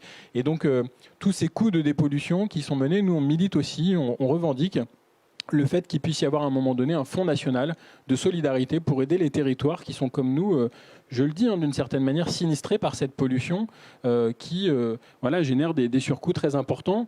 Et je termine d'un mot, quand on fait tout ce travail de dépollution, eh bien oui, on agit aussi pour l'environnement parce que ce qu'on retire, je peux vous dire que c'est mieux de l'avoir traité en décharge plutôt que de le garder dans les sous-sols. Et souvent, on ne lit pas dans les opérations d'aménagement que ce sont aussi des projets qui sont très vertueux sur ce plan-là pour améliorer la qualité des sols sur lesquels on habite. Merci Romain Marchand. Des questions à présent sur les transports et sur le désenclavement du quartier. C'est une question que pose en particulier un fidèle de ces émissions, Bruce Janeiro. Donc, comment va-t-on désenclaver ce quartier? Et des questions plus précises sur le TZN 5, donc le bus en site propre qui circulera depuis la bibliothèque François Mitterrand jusqu'à Choisy-le-Roi. 33 minutes, je crois, mais pour l'instant, il ne me semble pas qu'Île-de-France Mobilité ait donné de date de mise en service. Et ça, évidemment, les internautes s'en inquiètent. Alors si Clément Péqueux, qui a mis un commentaire sur le site, que je salue d'ailleurs, était là, il aurait pris en charge la réponse à cette question, à laquelle il a d'ailleurs aussi répondu à l'occasion d'un mardi du maire précédent. Nous sommes confrontés à un report de calendrier de la part d'Île-de-France Mobilité qui, pour le moment, nous annonce 2024, alors que la mise en service initiale était prévue en 2020. Ce n'est pas ni la ville d'Ivry, ni la SADEF qui est responsable de ce report, puisque sur le territoire d'Ivry, le site propre pour le TZN est réalisé de bout en bout, c'est-à-dire depuis l'entrée sur le quai Marcel Boyer. Alors sur cette partie-là, c'est le conseil départemental qui l'a réalisé, jusqu'à la sortie avec Vitry à travers la nouvelle avenue de l'Industrie. Et donc, pour nous, on est prêt à accueillir le TZN 5.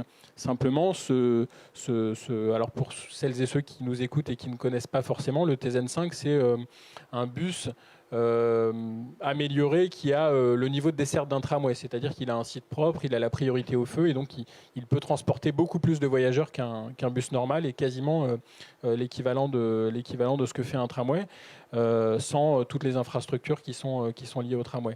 Et donc sur Paris et puis sur Vitry et Choisy, puisque le TZN doit aller jusqu'à la gare de RER de Choisy-le-Roi, aujourd'hui, les conditions ne sont pas réunies pour que ce bus puisse circuler et donc ce report de calendrier a dû être annoncé. Nous avons quand même obtenu dans l'intervalle la création d'une nouvelle ligne de bus, la ligne 25, qui circule sur le trajet du TZN. Et nous avons fait la demande, puisqu'au début, elle circulait de manière très, très parcellaire, pas le week-end, sur des horaires très, très courts. On a fait la demande d'un renforcement. Et donc là aussi, c'est l'objet d'une bataille avec Île-de-France Mobilité pour améliorer la desserte. Et puis, on ne peut pas parler du TZN si on ne dit pas un mot quand même de la ligne 10 du métro, puisque nous sommes mobilisés. D'ailleurs, nous avons été, la ville d'Ivry, à l'initiative de la création d'une association qui s'appelle la Grande 10, qui a pour objectif de promouvoir le prolongement de la ligne 10 du métro. Dans cette association, il y a avec nous la ville de Paris, la ville de Vitry, le département du Val-de-Marne et le territoire Grand Orly-Seine-Bièvre. Et donc, on est mobilisé pour qu'à terme, la ligne 10 puisse être prolongée d'Austerlitz jusqu'aux Ardoines, jusqu'au Grand Paris Express, pour desservir tout ce territoire et pour mieux le connecter à la fois au cœur de Paris, mais aussi à toute la région parisienne avec le Grand Paris Express. Vous répondez à une question posée par Alice qui signalait justement qu'il y a un an a été créée une association pour défendre le prolongement de la ligne 10. Il y a 4 ans. Bon, voilà. Il y a plus d'un an, dit-elle. Oui, effectivement, 4 ans, ça fait plus d'un an. Des questions un peu en vrac, mais il faut y répondre, même s'il est plus compliqué de les thématiser.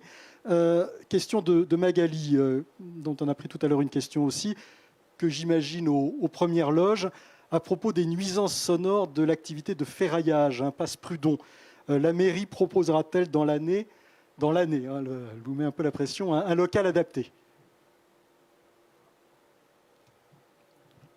Alors oui, je vois exactement de quoi il s'agit.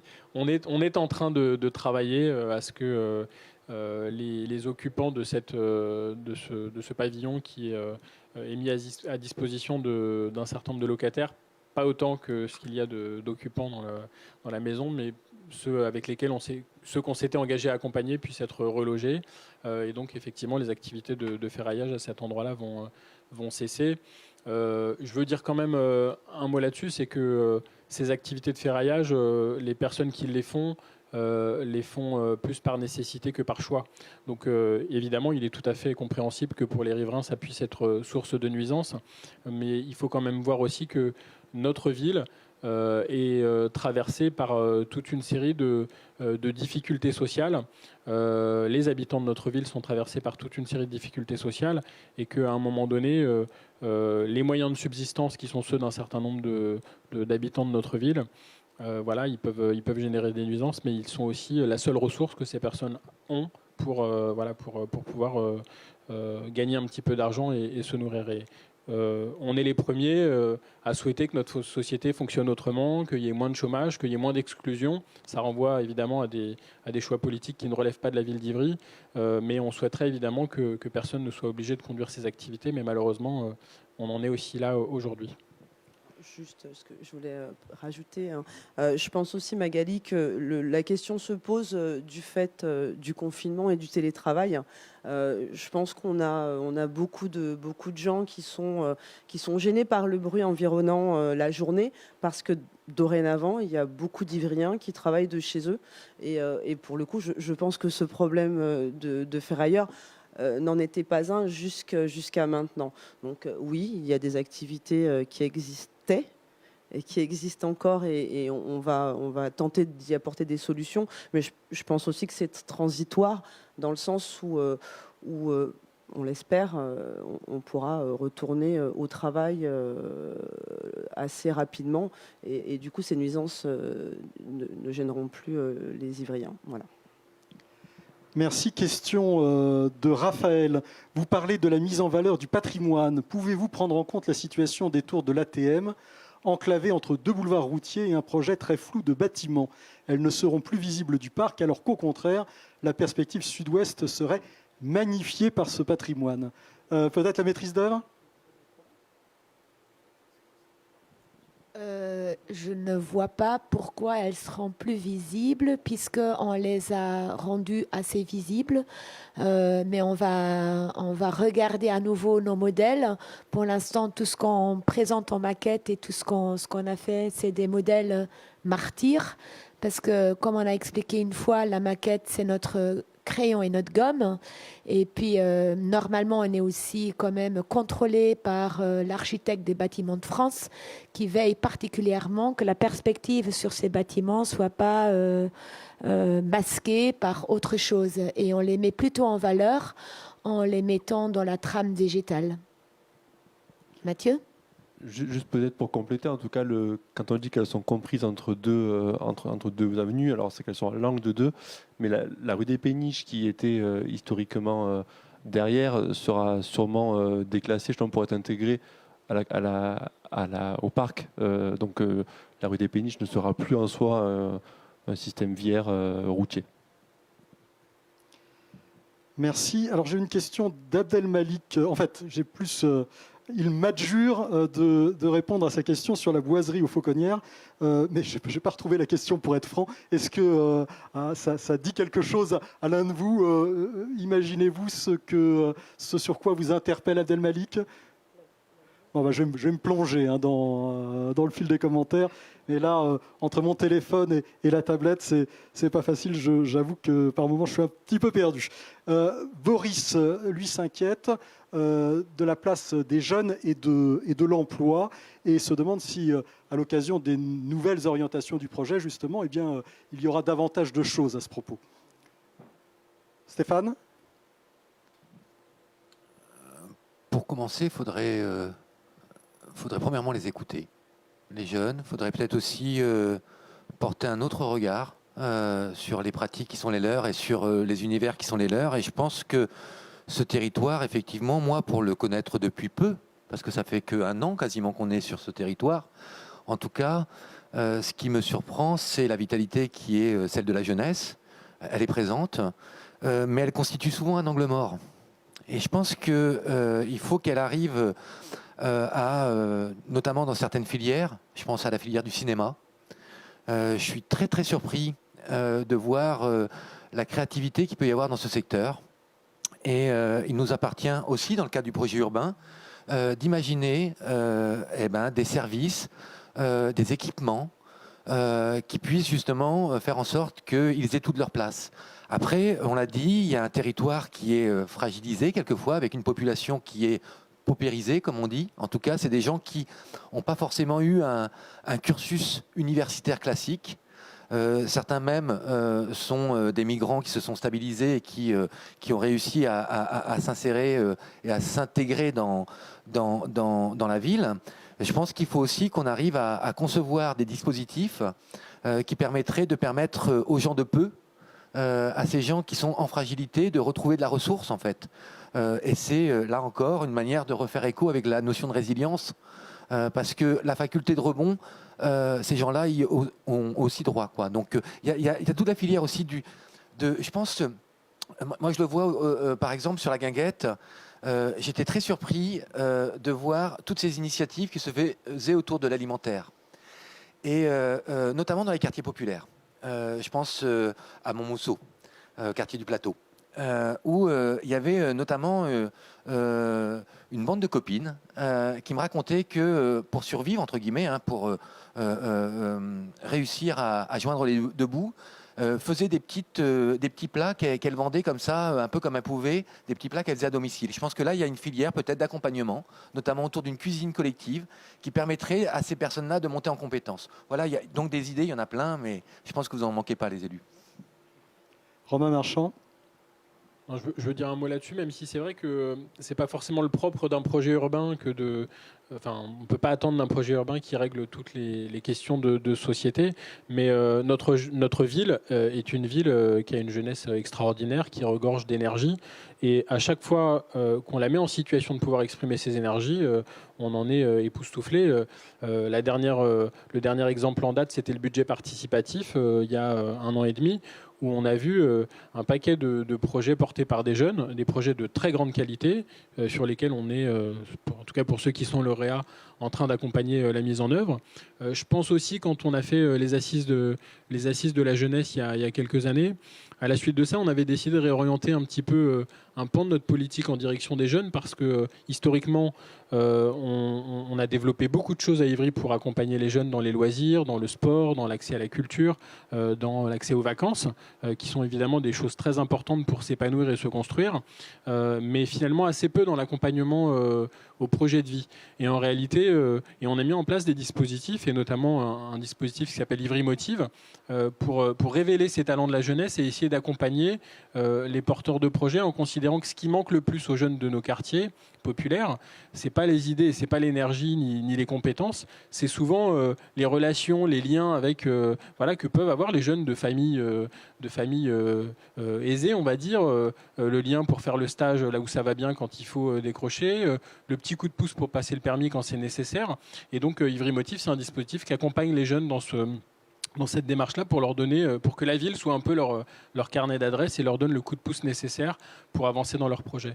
Donc tout ça, il faut qu'on arrive à l'irriguer avec les projets, notamment associatifs, de développement économique, qui sont portés dans nos projets d'aménagement. Mais c'est une question qui est posée à l'ensemble de la société de manière beaucoup plus globale. Oui, tout à fait. Conformément à votre ambition d'une ville pour tous, il y a aussi des questions à propos de la culture, de la place de la culture dans ce projet, et puis de la place également des personnes en situation de handicap. Ne les oubliez pas, nous prévient Fifi Brindacier, joli pseudonyme en l'occurrence. D'autres questions à propos du projet bureau Emerige. Marlène se demande s'il est abandonné, ou s'il le sera. Christophe Richard, Romain Marchand. On se fait pas de politesse. Allez. On peut se partager la réponse. Il y a effectivement un projet de bureau sur l'ancien site Cernam, qui est aujourd'hui à Berre. Ça a évolué au fil du temps. Le long de la voie ferrée, en face du collège Molière, en clair, sur lequel Emerige porte un projet effectivement d'immobilier tertiaire, qui a fait l'objet d'un concours d'architectes qui a été effectivement présenté à la population. Alors, avec le confinement, les dates sont un peu perdues, mais je pense qu'il y a 1 an à peu près, ou 1 an et demi, quelque chose un peu plus. Et donc ce projet n'est pas abandonné. Simplement, le travail se poursuit pour, et là peut-être que c'est Christophe qui précisera, mais pour s'assurer de la relocalisation des activités qui sont sur site. Il y a aussi encore quelques habitants qu'on est en train d'accompagner en vue de leur relogement. Et puis voilà, le promoteur de son côté, lui, travaille à trouver un utilisateur pour ce site. Et donc c'est tout ce travail qui est en cours, qui est un peu invisible pour les habitants, mais qui est en cours et qui devrait nous permettre de démarrer assez rapidement les choses sur ce secteur. Christophe Richard. En 2 mots, juste pour confirmer ce que vient de dire Romain Marchand, c'est un projet qui non seulement n'est pas abandonné, mais est susceptible de prendre même un tout petit peu plus d'ampleur. On est en train d'y travailler. Il y a de gros enjeux de maîtrise foncière et sans rien révéler, l'objectif est d'avoir abouti à un projet qui soit construit dans l'année 2025. Alors ça semble loin, mais on est fin 2020, il y a encore de la maîtrise foncière, il y a encore une attention, comme cela a été souligné, aux habitants qui sont encore sur site. Ils ne sont pas nombreux, mais c'est important. Des procédures côté SNCF, puisqu'on est sur du foncier SNCF, qui sont éminemment complexes. Donc, c'est un sujet sur lequel la direction des affaires foncières de SADEF 94 travaille avec une grande énergie. Je veux revenir en 2 mots sur, au-delà de ces grands projets économiques et tertiaires, sur la manière dont le projet est lui-même pensé. On ne l'évoque pas, et la maîtrise d'œuvre pourrait sûrement le faire, mais l'usage futur des pieds d'immeubles. Il y a une volonté aussi d'avoir, ça a été présenté dans des cartes, une mixité entre l'habitat, l'économique, le tertiaire, etc. Il y a aussi cette volonté, dans ces logiques d'ivrinage qui ont été évoquées, d'être en capacité, et il y a une dimension économique qui n'est pas facile à régler, d'être en capacité d'avoir des pieds d'immeubles qui ne soient pas que du commerce, qui soit aussi des lieux d'activité, de petites activités, des lieux d'artisanat, et probablement aussi, c'est encore plus compliqué, chacun comprendra pourquoi d'un point de vue économique, des lieux qui soient mis à disposition des acteurs, on va dire, de l'économie sociale et solidaire. C'est un vrai sujet.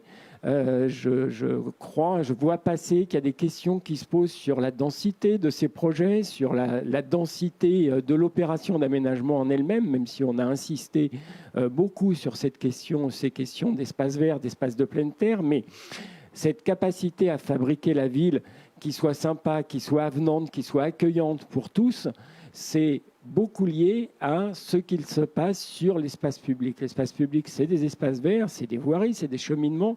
C'est aussi ce qui se passe au rez-de-chaussée, en pied d'immeuble. Et selon qu'on a des activités, des choses qui sont agréables à fréquenter, qui sont dynamiques, qui mettent de la lumière en hiver, on n'a pas tout à fait le même espace public. Et le point de vue de SADEF, je crois, partagé par les opérateurs de ce projet, c'est de dire que si on veut être en capacité de fabriquer une ville dense, alors d'une densité maîtrisée, mais d'une densité qui permette de loger les habitants, qui permette de construire aux abords des dessertes, des transports en commun, il faut aussi fabriquer une ville qui soit sympa, une ville qui soit accueillante.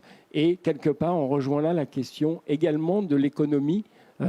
L'économie, ce ne sont pas que des grandes tartines foncières ou des immeubles de tertiaire, c'est aussi ce qui peut se passer dans ces pieds d'immeubles avec des emplois de proximité et avec des services de proximité. À propos des ivrinages, qui sont donc une des dimensions fortes de votre proposition urbaine, Anne-Mie. Alors c'est une tradition urbaine, donc les béguinages en tout cas et les ivrinages en sont inspirés, qui remontent à la fin du XIIe siècle, XIIIe siècle dans le nord de l'Europe, en Flandre en particulier, et qui est encore très, très vivante. Mais il y a, je connais un peu la Flandre, d'autres habitudes de vie, et en particulier à l'égard de la vie en rez-de-chaussée. Est-ce que vraiment ça peut s'appliquer aussi facilement à la région parisienne ? Justement, je voulais revenir à ça. Dans une ville, on doit pouvoir travailler, on doit pouvoir faire ses courses, trouver les activités de proximité, mais je pense aussi qu'on doit apprendre peut-être à y habiter.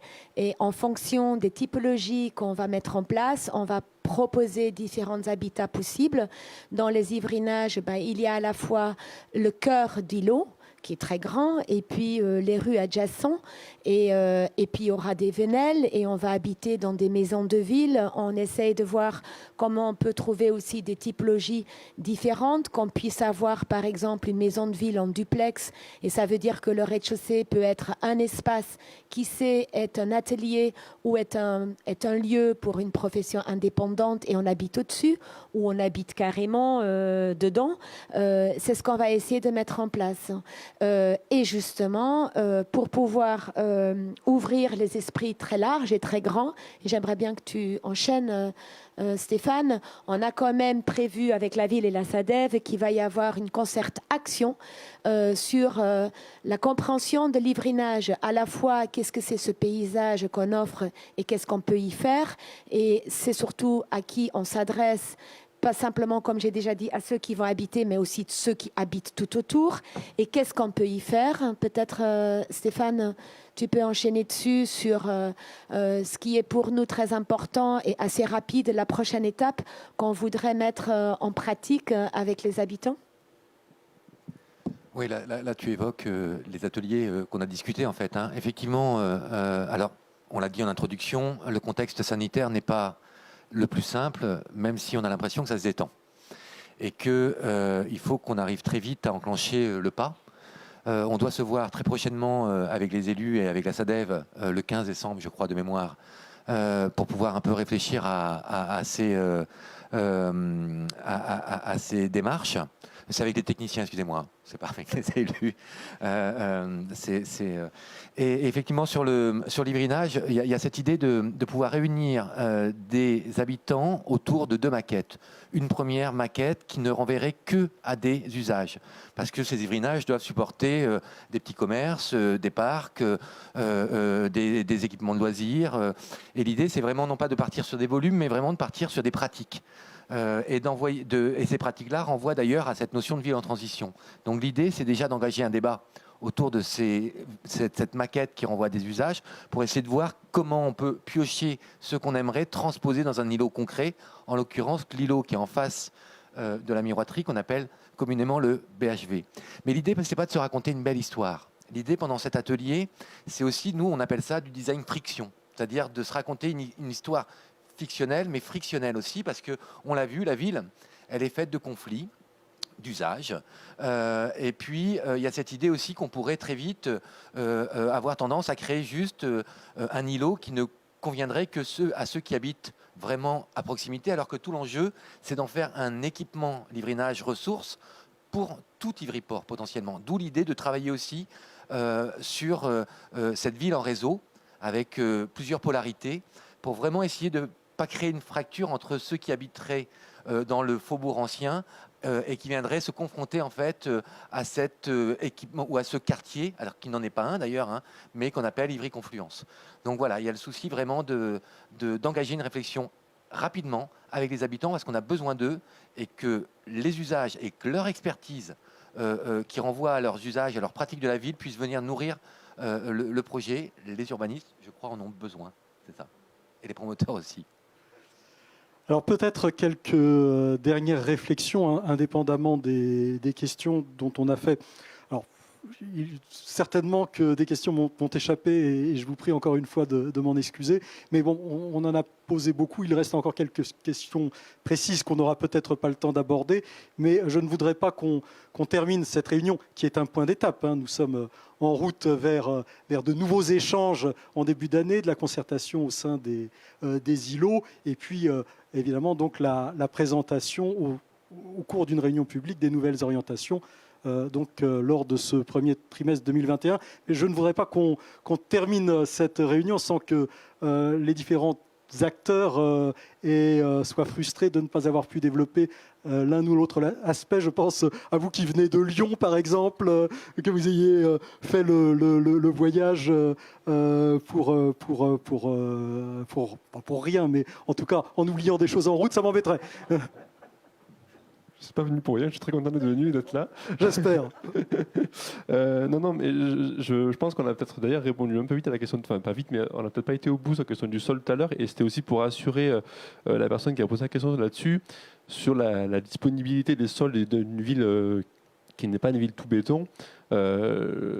Pour être un peu plus précis et presque technique, mais aujourd'hui la ville déjà impose pour les lots privés, donc pour les promoteurs, d'avoir une surface végétalisée pondérée qui impose déjà une notion de la nature dans l'îlot.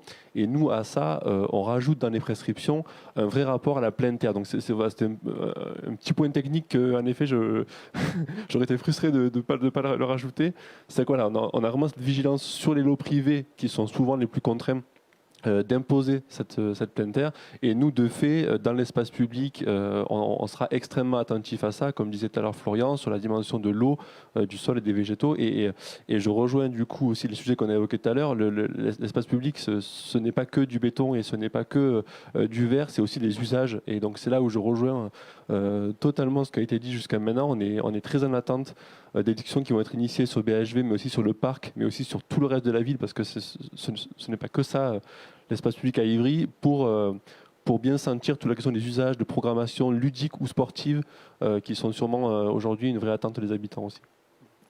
À propos de la concertation ou de la concertation, il y a Marlène qui a quand même quelques doutes, qui se demande s'il ne faudrait pas un dispositif pour une vraie concertation, dit-elle d'ailleurs, considérant que le lot 4E, je crois que c'est celui qui correspond à l'ancienne usine élévatoire, vient d'être attribué.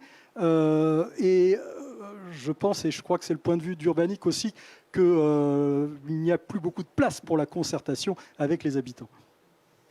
En fait, ce qui est compliqué sur cette question de la concertation, là, il y a plusieurs questions. Il y a une première question qui est la question de la gouvernance qu'il faut qu'on engage, qui est justement la question du cadre qui supporte cette concertation. Et derrière cette gouvernance, c'est aussi le pouvoir qu'on attribue aux habitants pour qu'ils puissent ou pas infléchir les orientations. Si on est véritablement dans la co-construction, c'est ça. C'est bien cette histoire de leur donner une marge de manœuvre pour qu'ils puissent infléchir le projet. Sauf que le projet, il a sa propre irréversibilité, il a son propre tempo. Donc, ce qui est compliqué, c'est à quel moment on les fait intervenir. Si effectivement on les fait intervenir en bout de chaîne, c'est mort. Les irréversibilités, les décisions sont déjà prises, et là, on ne fait plus que de l'habillage. Si effectivement on arrive à faire intervenir les habitants très en amont, pour qu'ils puissent véritablement contribuer à la définition de l'orientation du programme, là, on a véritablement une concertation qui est efficace et qui ferait que les habitants aient le sentiment de se sentir concernés. Donc, il y a malheureusement un certain nombre de programmes qui sont déjà lancés, qui sont arrivés à une certaine forme de maturité. D'autres, par contre, j'ai le sentiment en tout cas, vont sortir de terre. Et moi, l'enjeu qui est le mien, c'est à la fois de pouvoir les associer très en amont pour qu'ils puissent venir nourrir le programme et le projet urbain. Et au-delà de ça, c'est aussi d'élargir la notion de concertation pour pas qu'on ne reste que à ce format d'atelier. Je crois qu'il est important aussi de sortir dans la rue et d'aller voir des personnes qui ne s'expriment pas à travers les formats d'intervention classiques, parce qu'eux aussi ont droit à la parole et on les entend peu. Donc comment on redonne de la voix aux sans-voix, comme on dit communément dans nos métiers. Et ça me touche beaucoup. Donc voilà, je ne voudrais pas enfermer la concertation que sur la question d'un programme, d'un atelier. Elle est bien plus large que ça. Merci. Peut-être Romain Marchand, Stéphanie Delafoy. Et puis on va peut-être conclure autour de cette question. Ça nous invite à la suite d'ailleurs.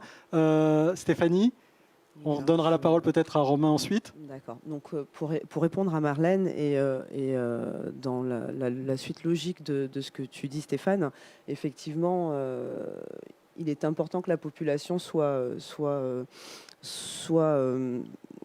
associée aux décisions qui vont être prises, parce qu'il n'y a que comme ça qu'on pourra... Parce que vous parliez d'usage, il y a des usages et puis il y a des usagers. Effectivement, c'est vrai que ces usagers doivent avoir voix au chapitre. Et je te rejoins complètement. À un moment, ce qu'on veut, nous, c'est qu'un maximum d'habitants d'Ivry-Port prennent en main ce projet, et pas seulement les gens concernés. Et effectivement, il faut pouvoir aller, par exemple, dans les maisons de quartier, je pense, dans les écoles, pour que les enfants puissent eux aussi être associés à ce projet, dans les maisons de jeunes, les antennes jeunesse, même dans les entreprises aussi, parce que les gens travaillant à Ivry vivent la ville aussi. Le midi, ils sortent, en été, ils se baladent. Et c'est ce qu'il faut garder en tête, c'est qu'il faut intégrer un maximum de personnes lors de ces concertations, parce qu'il n'y a que comme ça qu'on arrivera à un résultat qui plaira au plus grand nombre. Voilà. Merci Stéphanie. Alors on l'a bien compris, il ne s'agit pas de conclure véritablement, mais simplement peut-être d'apporter le mot de la fin à notre réunion ce soir. Romain Marchand, en l'absence du maire, c'est au premier adjoint peut-être qu'il revient d'avoir le dernier mot ce soir. Oui, avant de conclure, mais comme souvent à Ivry, la réunion ne va pas se conclure, la discussion se poursuivra. Sur la question de concertation, c'est vrai qu'on se cherche quasiment depuis le début du projet. On a expérimenté plein de choses différentes sur Ivry Confluence pour associer les habitants du mieux qu'on pouvait, avec parfois la recherche en permanence d'une clarification la plus nette possible entre qu'est-ce qui relève de l'information, de la concertation, de la co-construction. Et moi, je considère qu'en réalité, il n'y a pas forcément de frontières étanches entre toutes ces notions. La meilleure preuve, c'est que vous voyez, la décision que nous avons prise à un moment donné de changer l'équipe de maîtrise d'œuvre, elle résulte d'un moment de dialogue avec la population où cette question-là n'était pas directement posée, c'est-à-dire qu'on n'avait pas fait une concertation en disant est-ce qu'il faut changer ou non la maîtrise d'œuvre. On avait fait une concertation sur un dialogue sur la ville, comment elle va, comment va le quartier, etc.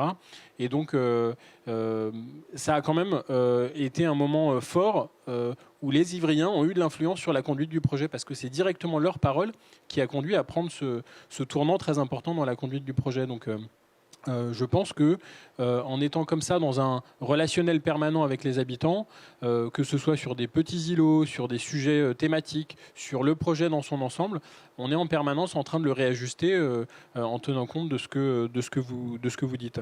Et il y aura plein de sujets pour continuer à dialoguer dans les semaines et les mois qui viennent. Je l'espère sous des formats plus humains et plus chaleureux que celui-là. On aura des sujets qui sont liés aux espaces publics et à leurs usages, certains sujets que Stéphane a évoqués. Marlène, je crois savoir qui se cache derrière ce prénom, a évoqué l'îlot 4E. C'est vrai qu'on a continué, et la SADEV a continué à travailler pendant le confinement, dans une période où il était impossible de faire des ateliers et de faire des présentations de projets comme on en avait pris l'habitude. Il y a eu ce projet de Studio Kremlin qu'on a même dû présenter sous un format un peu nouveau de vidéo sur Internet pour pouvoir le présenter avant le dépôt du permis de construire.